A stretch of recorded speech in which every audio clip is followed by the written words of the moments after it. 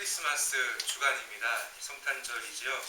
여기 화면에 보시면 유명한 여러 가지 성탄 트리가 있지만 아마 광화문 광장에 이렇게 있는 그 장면을 찍어서 이렇게 올린 사진으로 알고 있는데요. 가보진 않았지만 이렇게 되게 이쁘게 해놓은 것을 볼 수가 있습니다. 여러분은 이 성탄절, 물론 이제 다른 나라에서는 이 성탄절이라고 한다면 선물을 준비해서 주는 것에 중점을 두고 보내는 날이죠. 이제 여러분은 이제 어떤 선물을 받고 싶으신가? 여기서 이제 우리 은성이가 이제 보통 이제 선물을 받는 입장이고, 또 나머지 모든 분들은 선물을 이렇게 준비하는 입장이실 것인데요. 게임기 이렇게 이제 아마 이상을 하는데, 그보다는 우리 성도님들 어떤 선물을 받고 싶으십니까? 이렇게 교회에 오셨다라는 것은 가장 좋은 선물, 또 반드시 받아야 하는 선물을 이미 받으셨고 또 받고 싶으셔서 이렇게 오셨다라고 생각을 하는데요. 여기 화면을 보시면 이 선물입니다. 바로 예수님 자신이 주신 선물, 또 예수님 자신을 주신 것으로 우리가 이해할 수가 있지요. 바로 성경에 기록된 대로 예수님께서 이 땅에 2000년 전에 이 땅에 오셔서 바로 우리와 같은 인간으로 오셔서 우리의 자리에서 우리를 대신하여 모든 구원을 이루셨다라는 그러한 것입니다. 그래서 고린도후서 8장 9절을 먼저 이렇게 보시면 이렇게 기록되어져 있습니다.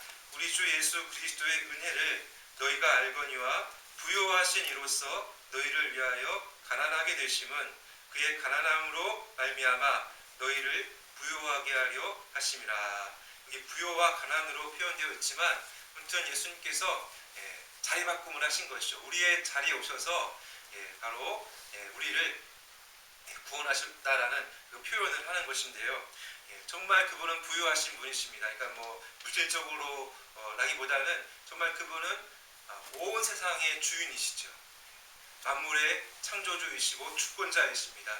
그럼에도 불구하고 이 땅에 피조물인 인간이 되셔서 우리의 자리에서 이렇게 모든 삶을 사시고 또 십자가에 달려 죽으신 것은 바로 우리 사랑하시는 하나님의 백성들을 구원하시기 위한 그러한 것이었습니다. 그래서 이렇게 자리바꿈을 하심으로 우리를 구원하신 그 은혜는 너무나도 놀라운 것이지요. 그래서 이 부분 예수님께서 누구이신지, 그리고 예수님께서 하신 이 일에 대해서 성탄절 주간을 맞아서 이 말씀으로 살펴보기를 바랍니다. 먼저 예수님께서 누구이신지를 우리가 꼭 알아야 하는데요. 첫 번째 요지를 한번 읽어보도록 하겠습니다. 시작. 예수 그리스도는 하나님이시고 주님이시며 구원자이십니다.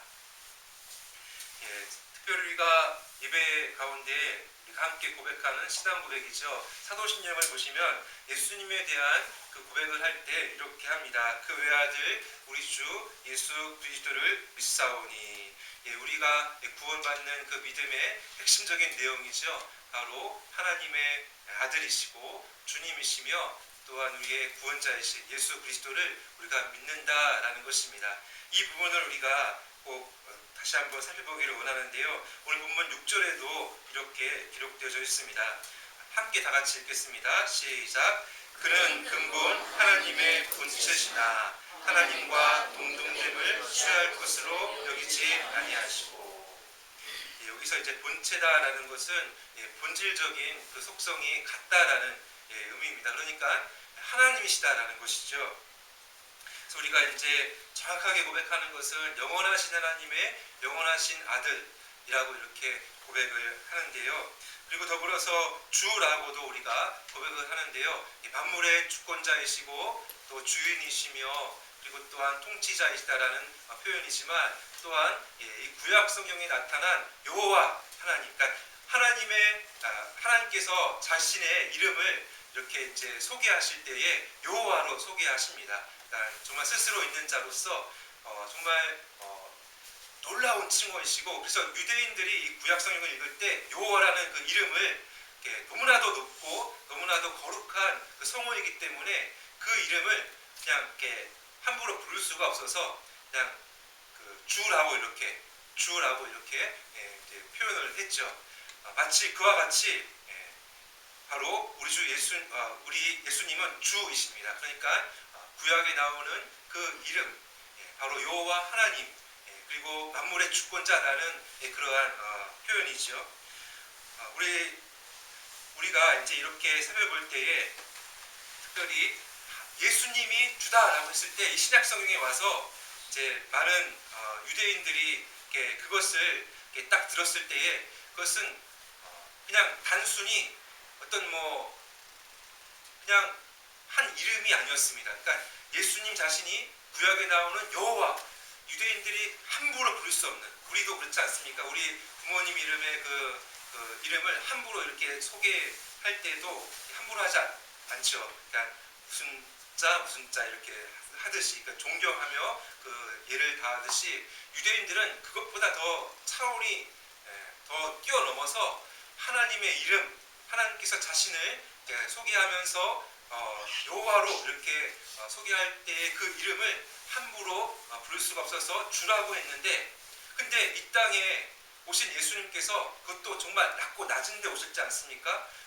정말 그런 어떤 볼 때는 정말 또 출신도 그렇고 또 신분도 그렇고 너무나도 낮은 신분인데, 그분이 이제 주다라고 했을 때 이 신약 시대에 이제 사람들이 생각할 때는, 특히 유대인들이 생각할 때는 어떻게 생각했겠습니까?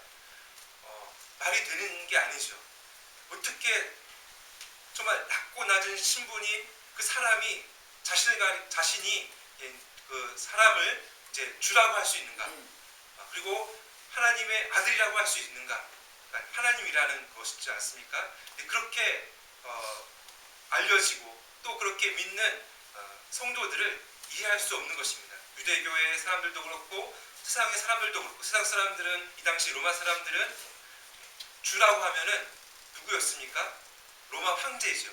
그 황제야말로 정말 통치자이고 그들이 섬겨야 하는 그러한 주다라고 하는 것이었습니다. 그런데 예수 그리스도가, 예수님이 주다라고 하는 이 신앙 고백은 정말 사람들은 이해할 수 없는 신앙 고백이고요. 특히 유대인들 입장에서는 받아들이기가 쉽지 않은 그러한 것이었다라는 것을 먼저 살펴보게 됩니다. 하지만 우리 주 예수 그리스도는 정말 주님이시고 그분이 바로 여호와 하나님, 그분과 동등하신 분이시다라는 것을 우리는 꼭 알아야 합니다.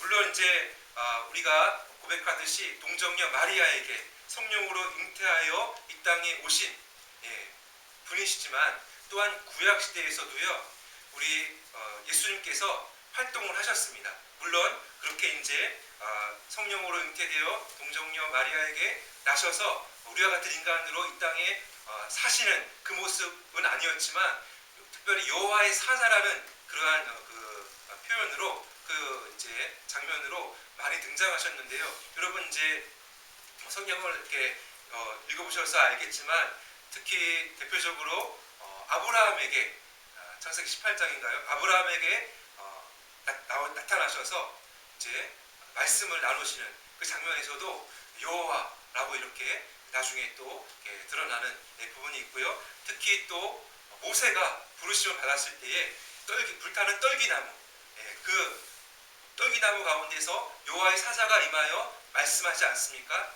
그때도 여호와의 사자인데, 그리고 말씀하시는 그 분이신데, 그런데 또 뒤에 여호와라고 이렇게 소개가 됩니다. 그러니까 이것은 구약시대에 활동하셨던 바로 성자 하나님이다라고 우리 성경학자들은 가르쳐 주는 것이죠. 이렇게 구약시대에서도 특별한 그 순간에 사람들을 부르실 때 또 이렇게 나타나셨던 바로 여호와의 사자, 바로 그 성자 하나님께서 바로 이 땅에 우리와 같은 인간으로 오셨다라는 것이죠. 그분은 바로 주님이시고 그분은 하나님이시다라는 것을 우리는 알아야 합니다. 그래서 요한복음에 보시면 이 부분을 잘 이렇게 가르쳐 주는데요. 요한복음 1장 1절로 3절을 보시면 이렇게 기록되어져 있습니다. 태초에 말씀이 계시니라. 이 말씀이 하나님과 함께 계셨으니 이 말씀은 곧 하나님이시라. 그가 태초에 하나님과 함께 계셨고 만물이 그로 말미암아 지은 바 되었으니 지은 것이 하나도 그가 없이는 된 것이 없느니라. 이렇게 성경은 하나님이라고 했을 때 하나님이 단일하신 하나님이 아니다라고 합니다. 하나님께서 계시는데 그분이 삼위일체로 계신다라고 성경은 가르쳐 주죠. 물론 이제 성령 하나님도 하나님이시다라고 이제 성경에 기록되어 있죠. 그래서 이제 삼위 하나님, 그러니까 이 공동체로 존재하시지만 본질이 하나이신 하나님으로서는 그 권능과 영광과 본질이 하나이시고 일치하신 그 하나님, 또 사랑으로 하나이신 그 하나님을 우리에게 가르쳐주고 있는 것입니다. 그러니까 영원전부터 이렇게 공동체로 계시기 때문에 그 공동체 안에서 사랑으로 일치를 이루시고 하나이신 그 하나님께서는 어떤 분이시, 어떤 그 삶을 누리셨겠습니까? 행복한 삶. 정말 충만하고 서로 사랑하심으로 하나 되심으로 그 정말 행복한 그 하나님께서 그 행복을, 그 사랑을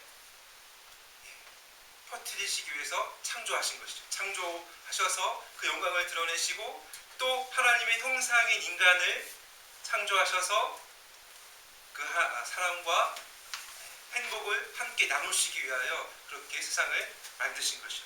다시 이제 돌아와서 중요한 건 뭐냐면은 예수님께서 이 땅에 오셨다라는 것입니다. 하나님이신 예수님께서 이 땅에 오셨다. 이제 뒤에 부분에서 살펴보겠지만 그 모든 창조의 그 목적과 영광을 회복하시기 위해 이 땅에 오셨는데요.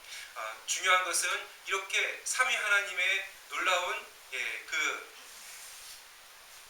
존재와 그리고 그 아름다우심을 성도님들이 먼저 아셨으면 좋겠습니다. 특히 이 삼위 하나님이 동시에 등장하는 성령을 먼저 소개해드리고 계속해서 이제 예수님에 대해서 살펴보기를 원하는데요. 마태복음 3장 16절로 17절 말씀에 보시면 예수께서 세례를 받으시고 곧 물에서 올라오실새 하늘이 열리고 하나님의 성령이 비둘기같이 내려 자기 위에 임하심을 보시더니 하늘로부터 소리가 있어 말씀하시되 이는 내 사랑하는 아들이요 내 기뻐하는 자라 하시니라. 그러니까 예수님께서 왜 세례를 받으셨냐면은 우리 인간을 구원하시기 위해서는 우리 인간의 자리에 서셔야만 했거든요. 그러니까 우리 인간의 자리에서 이제 세례를 받으시고 나오시자 하늘이 열리고 하나님의 성령이 임하시고요. 또 음성이 들리죠. 하나님 아버지의 음성, 내 사랑하는 아들이요 내 기뻐하는 자라. 이런 삼위 하나님께서 동시에 이렇게 등장하시는 이 장면. 앞서도 말씀드렸지만 삼위 하나님으로 각각 구별되시고 이제 이렇게 우리가 삼위로 이렇게 동시에 등장하시지만 제가 꼭 이제 덧붙이는 것은 일체다라는 것입니다. 삼위 하나님은 하나님으로서 본질과 그 영광과 권능과 그 모든 것이 일치하시고 동등하시다. 그리고 사랑으로 온전히 하나이시다라는 것입니다.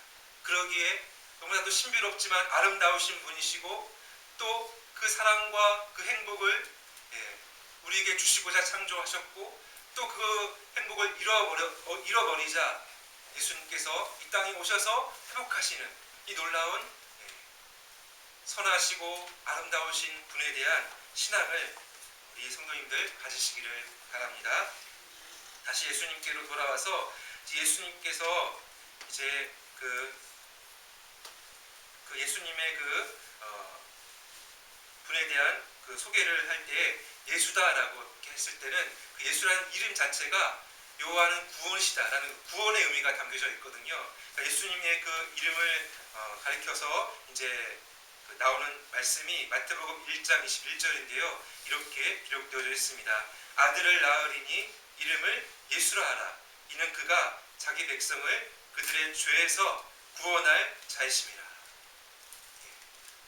죄로 인해 무너지고 또 이렇게 파괴되었던 이 모든 세상의 역사 가운데 예수님께서 이 땅에 오셔서 그 이름대로 우리를 구원하시는 구원자다라고 이렇게 소개되어지고 있는 것입니다. 그리고 우리가 예수라는 이름뿐만 아니라 그리스도라고 했을 때는 이 그리스도라는 것은 누구 대통령이라고 했을 때 그 직분과 같은 것이죠.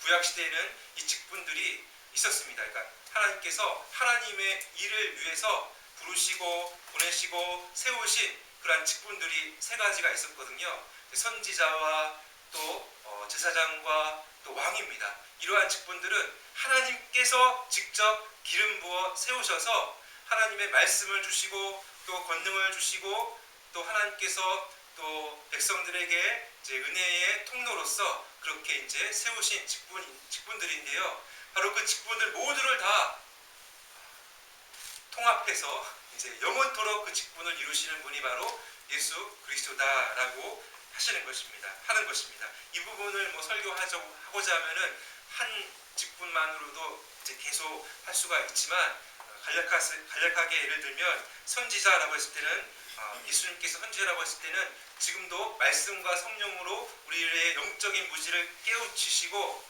또 하나님을 알도록 하시는 그분 자신이 하나님이시지만 그분의 영광을 통하여 하나님을 밝히 알게 하시는 그러한 분이시다라는 것이고요. 대제사장이라고 했을 때는 영원한 대제사장으로서 우리의 영원한 구원의 중보자로서 지금도 우리를 위하여 영원히 그 직분을 놓지 않으시고 기도하시며 영원한 우리의 구원의 근거가 되신다라는 것이고요. 또 그분은 앞서도 말씀드렸지만 왕이시다.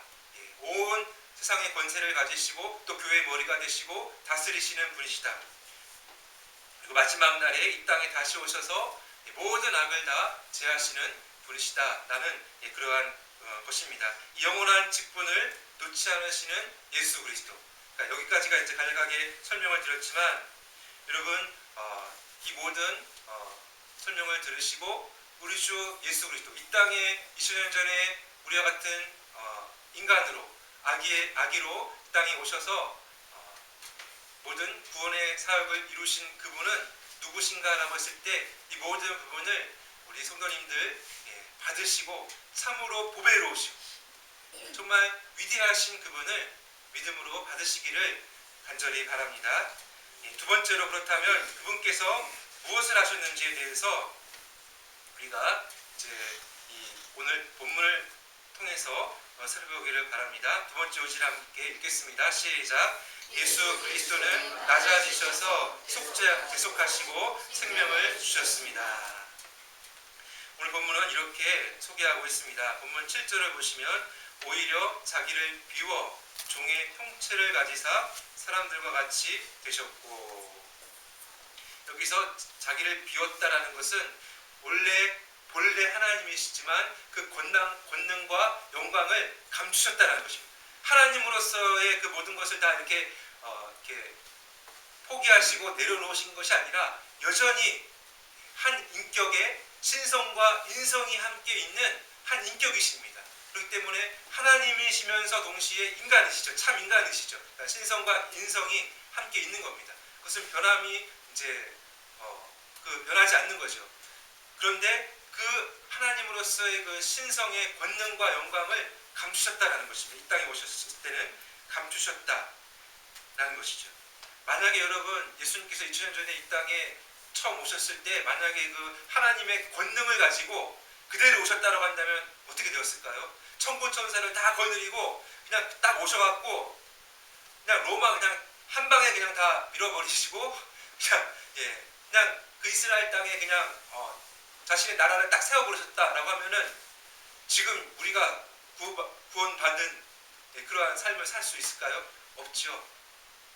2000년 전에 이 땅에 오셨을 때는 그 모든 영광을 다 감추시고 권능을 감추시고 오히려 종의 형체, 이 형체도 본체와 같은 의미지만 그러니까 종과 같은 그런 신분으로 오셨다라는 것입니다. 하나님의 말씀을 전적으로 순종하는 그 구원 계획을 따르는 그 구원 계획이 무엇이었습니까? 우리 인간의 자리에 오셔서 죄로 인해 타락한 그 인간을 구원하기 위하여 죄값을 치르시기 위한 그 낮아짐의 섬김의 사역. 그래서 마가복음 10장 45절에 보시면 이렇게 기록되어져 있습니다. 함께 읽겠습니다. 시작. 인자가 온 것은 섬김을 받으려 함이 아니라 도리어 섬기려 하고 자기 목숨을 많은 사람의 대속물로 주려 함이니라.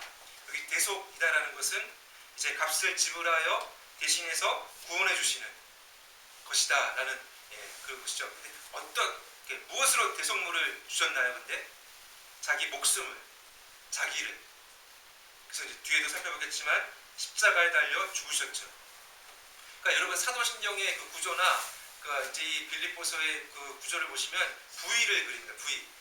V 아시죠? V. 그러니까 원래 하나님, 본래 하나님이신데 예수님께서 그 하나님의 권능과 영광을 감추시고 쭉 내려오시는 거죠. 성육신, 그러니까 우리가 피조물인 인간 이 자체도 낮아짐, 그러니까 하나님으로서의 그 엄청난 고난 자체이죠. 여러분 만약에 여러분이 이건 비교가 안 될 건데 여러분이 이거 뭘로 예를 들어서 좀 설명을 해드리면 좀 충격이 될까 싶은데 이건 정말 비교할 수 없는 건데 여러분이 사랑하는 뭐가 있죠? 사랑하는 뭐가 있죠? 강아지. 강아지 아무튼 강아지를 사랑하지만 여러분 만약에 강아지가 될 수 있나요?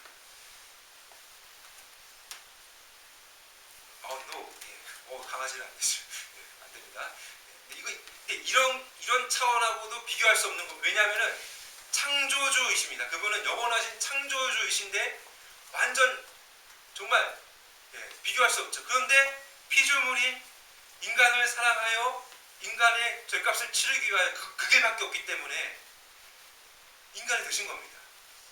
그리고 또 내려오셔갖고 종의 신분을 가지고 이 땅에 30년 그 공생애를 사시기 전에 사셨죠. 그 사신 것도 가난한 집안에 태어나셔서 나사렛 정말 시골 깡촌 거기 이제 정말 완전 그 촌이죠. 거기 태어나셔서 베들레헴에 태어나셨지만 거기에서 사셨죠.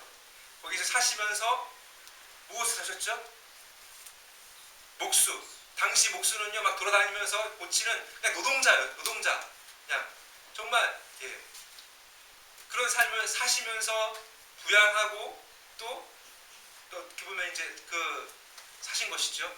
그리고 3년 반의 공생애를 통하여 하나님의 말씀을 전하시고 귀신을 쫓아내시고 그리고 또 눈먼 자를 눈뜨게 하시고 킹 오브 킹스 나오는 그 장면처럼 제자들을 부르셔서 하나님 나라 복음을 선포하시고 그리고 이제 이 땅에 오신 목적대로 쭉 내려와서 그 맨 밑바닥에 이제 순종하심으로 이제 죽으신 거죠.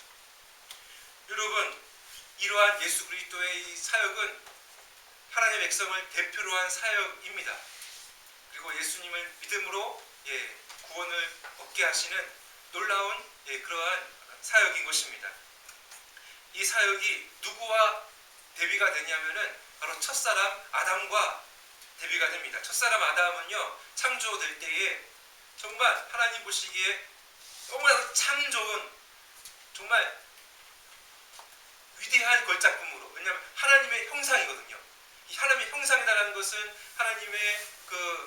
하나님께서 가지신 그 인격성을, 물론 그 전능한 인격성이 아니라 전능한 어떤 속성이 아니라 하나님의 어떻게 보면은 정말 그 인격적인 어떤 그 모든 선함과 또 의로움과 또 지혜로움과 그런 거룩함과 이런 것을 다 닮은, 그리고 또한 하나님의 대립 통치자로서 하나님께서 이 세상을 창조하시고 그 세상의 창조 세계를 다스리도록 또 하나님의 대립 통치자로 아담을 또 인간을 창조하신 거죠.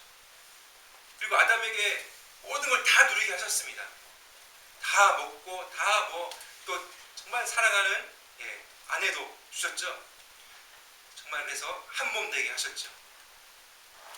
그런데 딱 한 가지만 금지하셨습니다. 선악을 알게 하는 그 나무, 동산 중앙에 있는 그 나무의 열매는 먹지 마라.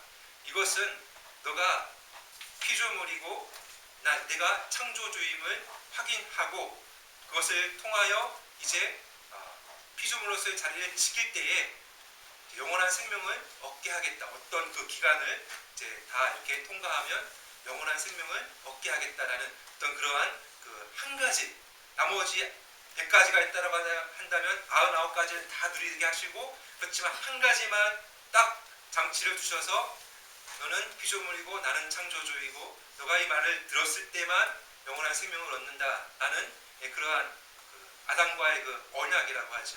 그 관계를 맺어서 이제 이 모든 세계를 창조하셨습니다. 그러니까 로봇으로 창조하신 게 아닙니다. 사람을 자유의지를 주시고 선택을 하도록, 그리고 아담은 그 당시에는 창조할 때는 죄가 없었기 때문에 선택할 수 있는 자유가 주어진 겁니다. 정말 죄를 안 지을 수 있는 그러한 자유가, 선택권이 주어진 것입니다. 그런데 이 인류의 첫 대표였던 아담은 어떻게 되었습니까?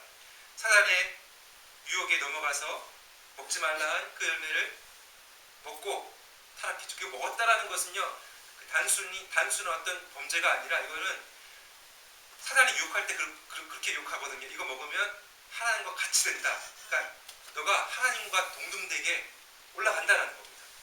그러니까 그 욕망에 먹어버려갖고 이 죄는 교만의 특성도 있지만 결정적으로 이 죄는 반역죄였습니다. 여러분, 한 나라의 반역죄는요, 그건 용납이 안 되는 겁니다. 그렇죠? 왕정시대에는 특히 더 그렇죠. 근데 이 하나님 나라가 처음 이 땅에 정말 창조되고 세워졌을 때에 아담이, 첫사람 인류의 대표였던 아담이 이렇게 타락함으로 말미암아 이 세상 가운데 이제 죄와 사망의 권세가 들어왔고, 아담 이후에 모든 인류가 다 창조될 때 아담 안에 있었기 때문에, 아담에게 속해 있었기 때문에 모든 인류는 다 이제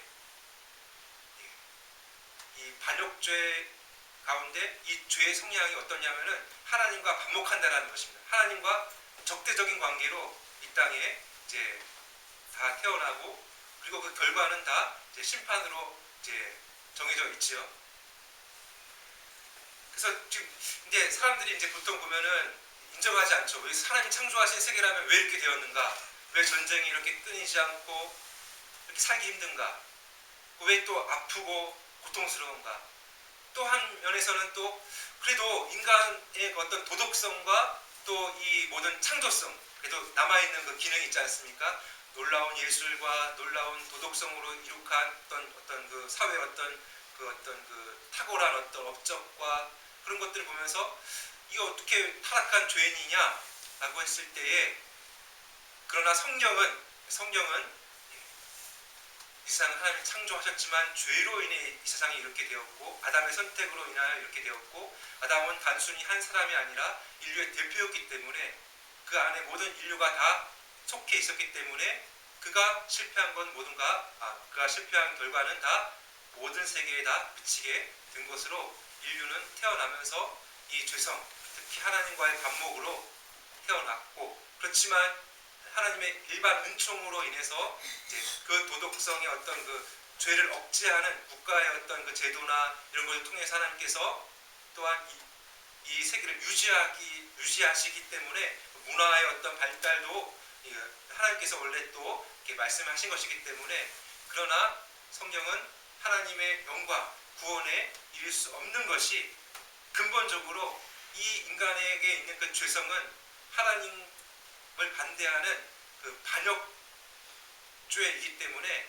그것은 하나님께서 심판하셔야만 하는 그러한 대상이다라는 것이죠. 그렇기 때문에 하나님께서 하신 방법은 이 땅에 영원하신 하나님의 영원하신 아들인 그 성자 하나님을 보내셔서 이제 그 모든 인간이 받아야 할 죄에 대한 값을 다 치르게 하신 것입니다. 그래서 오늘 본문 8절을 보시면 이렇게 기록되어 있습니다. 사람의 모양으로 나타나사 자기를 낮추시고 죽기까지 복종하셨으니 곧 십자가에 죽으심이라. 그러니까 예수님은 두 번째 대표로 오셔서 아담이 실패한 것을 예수님은 다 상쇄시키실 뿐만 아니라 다 넘치도록 이제 다 넘치도록 은혜를 부어주신 것이죠. 예수님께서 두 번째 하나님의 백성의 대표로 이 땅에 오셔서 이제 이루신 이 순종으로 말미암아 이제 우리가 예수님 안에서 구원받을 수 있게 된 것입니다. 예수님께서 이 땅에 오셔서 이제 오신 목적대로 십자가 달려 죽으셨을 때 그 십자가의 그 죄패에 보면은 나사렛 예수 유대인의 왕이라는 그러한 죄패가 이제 라틴어 이렇게 이니셜을 따서 이렇게 붙여져 있었는데요. 그래서 이제 당시 유대 총독이었던 빌라도가 그렇게 죄패를 붙였습니다. 이제 유대인의 왕 나사렛 예수 맞죠? 근데 왕을 죽인 겁니다. 유대인들이 또 사람들이 로마 정치 어떤 그 헤게모니 그 안에서 다 예수님은 죄가 없으신 분인데 또 그분이 진정한 왕이신데 그럼에도 불구하고 당시 십자가형은 반역죄를 처단하는 가장 극단의 어떤 십자가 사형틀이었거든요. 근데 예수님께서 그 십자가에 달려 죽으셨죠. 인간의 반역죄를 대신하여 예수님께서 죄 없으신 분인데 또 진정한 왕이심에도 불구하고 죽으신 것입니다. 그래서 아담의 불순종으로 인한 그 죄와 사망, 그 권세를 다 깨시고 또 부활하심으로 말미암아 이제 영원한 구원을 이루셨죠. 그래서 그 아담과 대비되어 예수님께서 이루신 그 놀라운 은혜와 풍성한 그 구원의 그 의미를 그 생명을 이렇게 로마서가 기록하고 있습니다. 로마서 5장 17절로 18절인데요. 다 같이 한번 읽겠습니다. 시작. 한 사람의 범죄로 말미암아 사망이 한 사람을 통하여 왕노릇하였은즉 또 은혜와 의의 선물을 넘치게 받는 자들은 한 분 예수 그리스도를 통하여 생명 안에서 왕노릇하리로다. 그런즉 한 범죄로 많은 사람이 정죄에 이르는 것 같이 한 의로운 행위로 말미암아 많은 사람이 의롭다 하심을 받아 생명에 이르렀느니라. 아멘. 아담은 불순종으로 말미암아 영원한 생명을 잃어버렸습니다. 그러나 예수님은 두 번째 대표이신 예수님은 순종으로 말미암아 영원한 생명을 우리에게 주셨죠. 우리가 어떻게 구원받는가? 예수님 때문에. 어떻게 구원받는가? 예수님께서 하신 일 때문에. 우리의 행위나 우리의 자격이나 우리의 공로가 아니라 전적인 은혜로 우리는 그것을 보배이신 예수님을 이 말씀을 통하여 이렇게 알고 받아들이는 그 믿음으로 이제 우리는 의롭다함을 받고 하나님께 인정받고 하나님의 자녀가 되는 그러한 권세를 얻게 되고 영원한 생명을 얻게 되는 것입니다. 이게 이제 기독교가 말하는 구원의 진리죠. 어떤 일을 했기 때문에 어떤 일을 이루어서가 아니라 예수님께서 이루신 그 모든 구원의 공로와 의로 말미암아 우리는 그것을 보배 되신 예수 그리스도를 받음으로 믿음으로 이제 구원을 받는다라는 것입니다. 이제 여기서 이제 예수님께서 그 십자가에서 달려 죄값을 치르시고 또한 하나님께서 죄인에 대한 그 반역죄인에 대한 심판을 예수님께서는 다 받으신 것이거든요.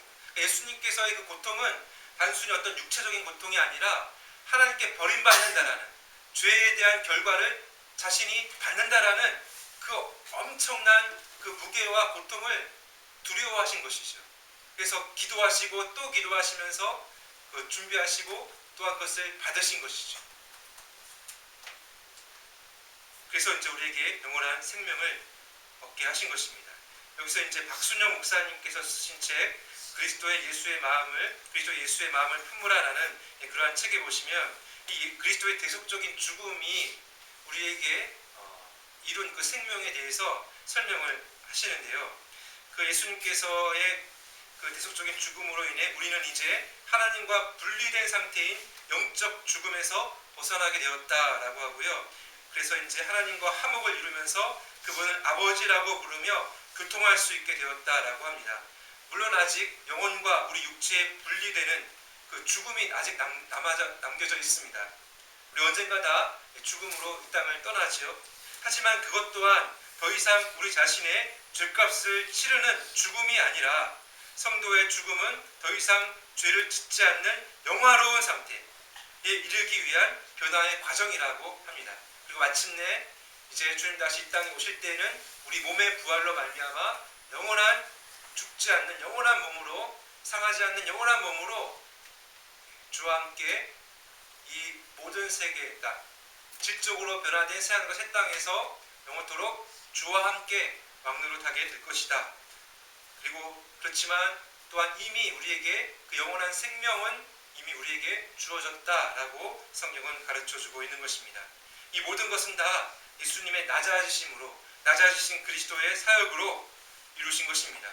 그래서 그리스도의 마음을 품으라고 했을 때는 이 마음, 낮아지심의 그 마음, 하나님의 말씀에 순종하는 마음, 그리고 우리를 사랑하시는 그 마음, 그리고 다시 높여지신 그리스도를 우리가 그 마음을 우리가 이제 본받아 살아가라라는 것입니다.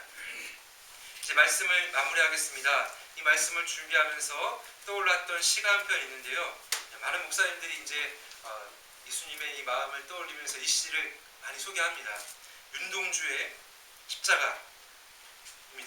한번 제가 이 목소리가 울려야 되는데 끊어서 한번 읽어보겠습니다. 여기 또 화면에 준비되어 있습니다.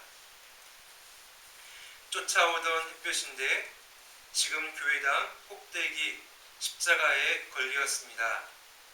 첨탑이 저렇게도 높은데 어떻게 올라갈 수 있을까요?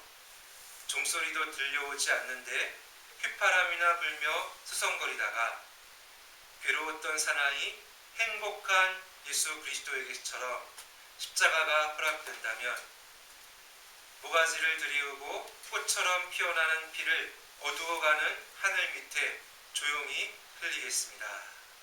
물론 이게 설명을 하시는 그 평론가들에 의하면 이렇게 어두워가는 하늘 밑에라는 표현은 이제 일제강점기에 그 어두운 그 조국을 이제 표현한다라고 하면서 이제 자기에게 주어진 그 어떤 사명을 감당하기 위하여 이제 예수님을 이렇게 이제 여기에 이제 소개했다라고 하는데 이제 윤동주 시인은 이제 우리가 알고 있듯이 신앙이 있으신 분이었다라고 이제 알려져 있는데요. 중요한 관점은 윤동주 이 시인이 예수님께서 낮아지셔서 감당한 그 십자가를 이렇게 앞에 둔 예수님을 어떻게 소개하는가 하면은 괴로웠던 사나이 하고 행복한 예수 그리스도 라고 소개한다는 것입니다. 그러니까 실제로 그랬죠. 히브리서 12장 2절을 보시면 이렇게 기록되어져 있습니다. 믿음의 주요 또 온전하게 하시는 이 예수를 바라보자. 그는 그 앞에 있는 기쁨을 위하여 십자가를 참으사 부끄러움을 개의치 아니하시더니 하나님 보좌 우편에 앉으셨느니라. 예수님 물론 십자가 앞에 두렵고 괴로우셨지만 히브리서 본문에 의하면 기쁘셨다. 왜요? 예수님은 그 십자가 이후에 있을 그 영광과 기쁨을 믿음으로 보신 것입니다. 왜냐하면 예수님께서 그 십자가 이후에 이루게 될 놀라운 그 결과는 무엇이었습니까? 바로 창조의 목적대로 삼위 하나님의 그 영광과 행복 가운데로 이 죄인들을 딱 들어오게 하시는, 그래서 함께 기쁨을 누리게 하시는 그 사역의 성취이기 때문에 그걸 보신 거죠. 뿐만이 아닙니다. 하나님께서 이제 높이시고 영광과 권세로 이제 이렇게 올리실 그 뒤에 있는 부분이죠. 이 뒤에 있는 부분을 우리 성탄절에 살펴볼 텐데요. 그 높이심도 영광도 이미 창세전에 누렸던 그 영광을 또 아시죠? 네, 그걸 다 믿음으로 이미 그 십자가 이유를 다 보시고 확신하셨기 때문에 그것을 통과하신 것이죠. 그리고 높아지신 것이죠. 이 십자가 낮아지심의 지혜와 이 기쁨을 윤동주 시인은 본 거죠. 딱 안 거죠. 마찬가지로 사도 바울도 알았기 때문에 자신은 날마다 죽는다라고 하면서 자신 안에 있는 자아와 또 그렇던 가만히 있으면 계속 기울어지는 하나님의 뜻에 반하는 그 죄성 아직 남아있거든요. 우리가 구원받은 백성들이라도 그것도 다 죽이고 하면서 이제 예수님의 그 마음을, 그 예수님의 그 지혜, 낮아지심의 지혜를 배워서 다른 사람들을 복음으로 살리는 사역을 감당하였던 것을 볼 수가 있습니다. 그러므로 예수 그리스도께서 주신 이 구원의 선물을 믿음으로 받으시고요, 그리스도의 낮아지심의 그 지혜를 배워서 또 참 행복한 길로 가시는 저와 여러분 되시기를 바랍니다.